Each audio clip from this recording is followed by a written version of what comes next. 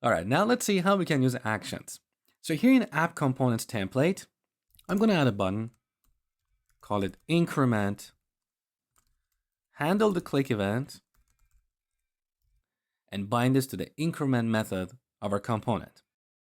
I'm also going to add a counter here. So when we click this button, this counter is going to be incremented. Now let's go to app component, declare counter here and initialize it to 0. And then add the increment method. So in a typical Angular app, this is how we implement this method. We modify the state directly here. However, when using the Redux architecture, we don't modify the state here.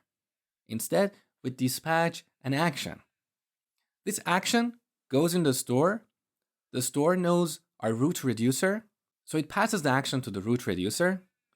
And then the reducer looks at the action, and based on the type of the action, it will return a new state. And then the store will update its state internally. So let's see how we can implement this. First, I'm going to go on top of this file and import ng-redux from ng2-redux. So this is the primary type that we work with in Redux applications. Now I'm going to create a constructor and inject ng-redux here, ng-redux. Now you remember that this is a generic type. So here we need to specify a generic argument, which is iapp state. That's the interface that determines the shape of our store. So I'm going to import iapp state on the top.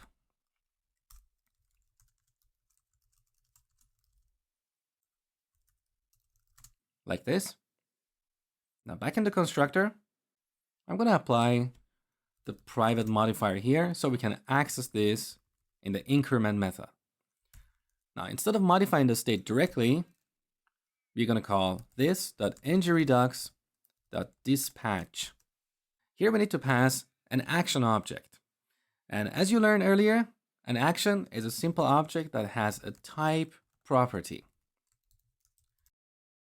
So this is how we dispatch an action. Now some actions may carry extra data about the event that just happened. For example, if the user posted a message, here you can have properties like body, subject, and so on. But in this example, we don't have to worry about that. So delete. Now every time we define a new action, we need to go to our reducer and determine how the state will change in response to that action. So let's go to store. Here I'm going to add a switch statement on action.type. And if it's increment, I'm going to return a new state with updated counter. So currently it's not clear what is the type of this state object. So I'm going to apply a type here. This should be of type iappState. So we get the current state of the store and then we return a new state. So again, I'm going to add a type here. This function will return iappState. And now because we need to work with a counter, we need to store its current value in the store. So in iappState interface, I'm going to declare a property counter of type number. Okay. And now in response to the increment action, I'm going to return a new object with counter set to state.counter, which is the current value of the counter plus 1. So note that I'm not modifying the original state here. I'm returning a new state. And the final step.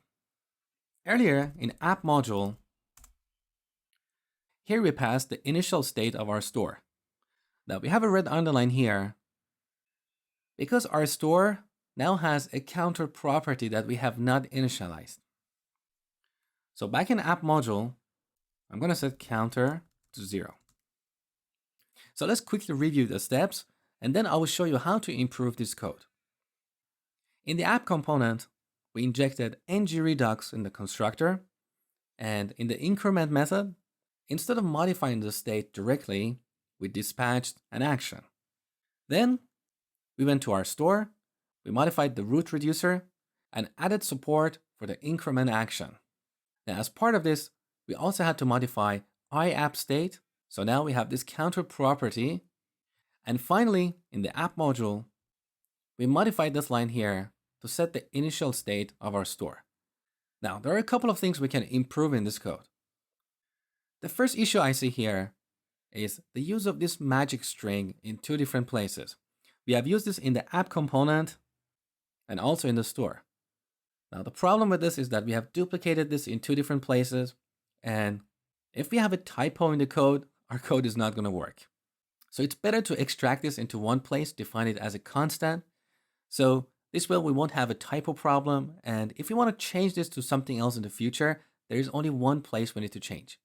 So in the app folder, I'm going to add a new file called actions. And here I'm going to export a constant called increment and set it to increment. Now we can replace those two magic strings with this constant. So first in the store, on the top, I'm going to import increment from actions. And then I'm going to replace this magic string here, increment. Now to save time, I'm going to copy this line and go to app component, on the top, paste it, and once again, replace this magic string with a constant. That's the first improvement. Now the second improvement. You notice that when we changed iAppState here, we had to go to the app module and modify this initial state object here. So we are going back and forth between different files, and this is really not good practice. So let's go back to the store. Here I'm going to export a constant and call it initial state. This is of type iAppState, and I'm going to set this to this object with counter set to 0. Now next time we're going to modify the iAppState interface, we can immediately modify this initial state if necessary. We don't have to jump back and forth between the store and the app module. So now let's go to the app module and import initial state from the store, and then replace this object here with initial state. Now, if you run the application at this point and click this button, the counter is not incremented, because we have only implemented the part for updating the state.